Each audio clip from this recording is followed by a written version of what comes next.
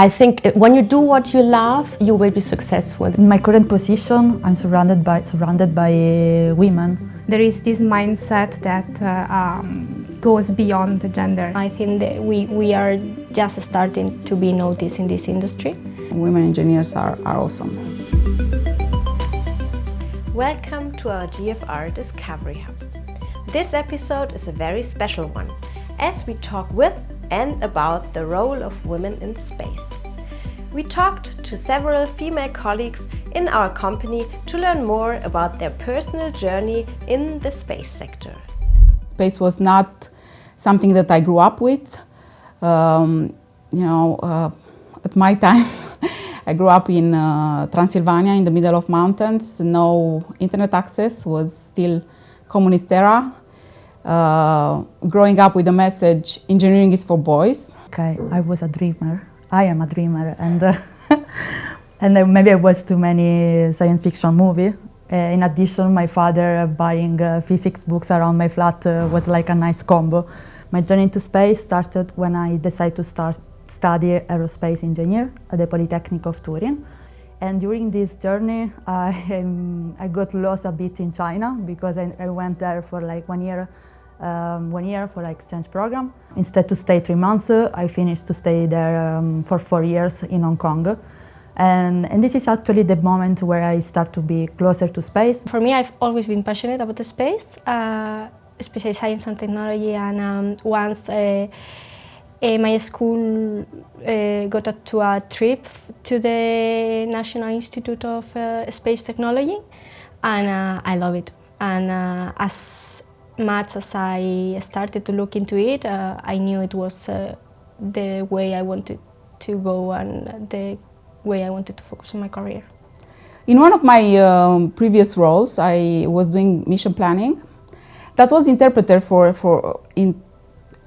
it was a guesswork from some of my colleagues of saying, this is just a secretarial work. And I heard it more than once.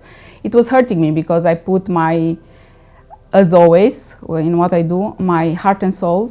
So hearing that was a little bit of a challenge for me. So I was more of okay, I will show you that it's not that, and I will show you how good of a job we are doing. And then we had to come up with an idea to help us to make the plan and the planning easier, because a good plan means that you don't have conflicts, you are doing operations smoothly. So I want to give that to my colleagues. It was so interesting because after doing that for some years, I got also some compliments directly from our client, from USPA, directly to me. So that was an achievement for me. And, I kind of had the behind the back message.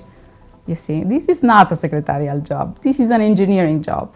As a woman, we are a lot like more concerned about the consequence of any action that we do. And at some point you realize that really you just need to jump and take the train that you have. I think I've been lucky and I work in an environment where I feel supported. I face some gender biases. So for me, what I try to do is train myself on those unconscious biases.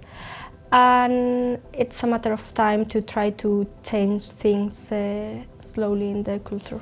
We all work together without thinking how many men or how many women there are in the teams. We really don't pay attention to gender. We work well together, we just respect everyone else, and I think in operations there is this mindset that goes beyond the gender. So you're doing this job because you like it, you're good at it, and I can work well with you. There are more women now in the engineering jobs and in the space business. And also I see there are more women in the universities enrolled in engineering courses. I think you can see now there are many women in industry. You have a lot of role models. I didn't know anybody working in space when I was at a school, and now you can see we are more and more every day. And there is more opportunities, and slowly things are changing. In my department, I have really great women in already leading position. And it's funny because when male applicants are facing often only women during the interviews. Women now, women in science, we are proving that skills and talent doesn't go with the gender. So yeah, of course we have a lot to put in the table. I think that we are just starting to be noticed in this industry, and I'm excited to see who is coming. Women are really well organized. Their spirit of collaboration, you know, it's more of a instinctual, primordial instinct to just collaborate, do community, not war. Funny enough, I heard it from one of my male colleagues that in leadership roles, somehow women do it better.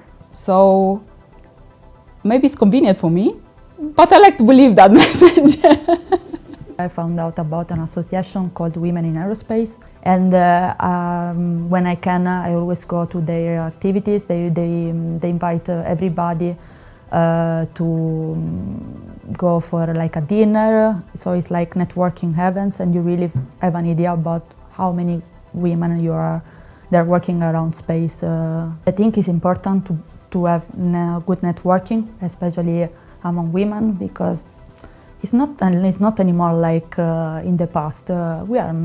We are a good number now. We are doing a great job. I think what I implicitly try to do, just showing that regardless of who you are, you can achieve something if you want it. It's just that every day you can have a different surprise, and it just never gets boring. There is always more than we can see, more than we can learn, more than we can witness, just moving forward. So when I decided to study aerospace engineering, it was like I didn't have, at that time also the female model in space were less. I did have female strong characters around me that helped me, or that were supporting me to pursue a career in science in general. For example, my physics teacher, she was always telling me to go for engineering like I should. I think when you do what you love, you will be successful. Continue to keep dreaming. I feel like the future of women in aerospace, in space in general, is in the right direction, because I mean, my head of the department is a woman. The flight operation manager is a woman, and I think we are in the right direction. I don't see any future of space without women. Yes. I see the future with a lot more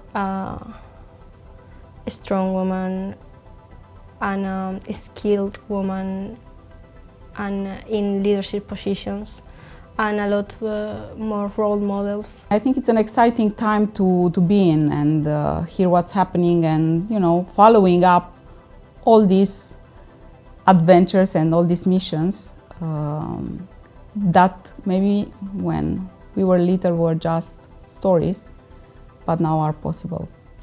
A big thanks to all of you for sharing your journey with us. In 2 weeks, we will meet you in Paris at the Paris Air Show. Happy to see you there. After that, we'll continue with the introduction of the exciting service Navcast. Stay tuned, and until then, keep reaching for the stars.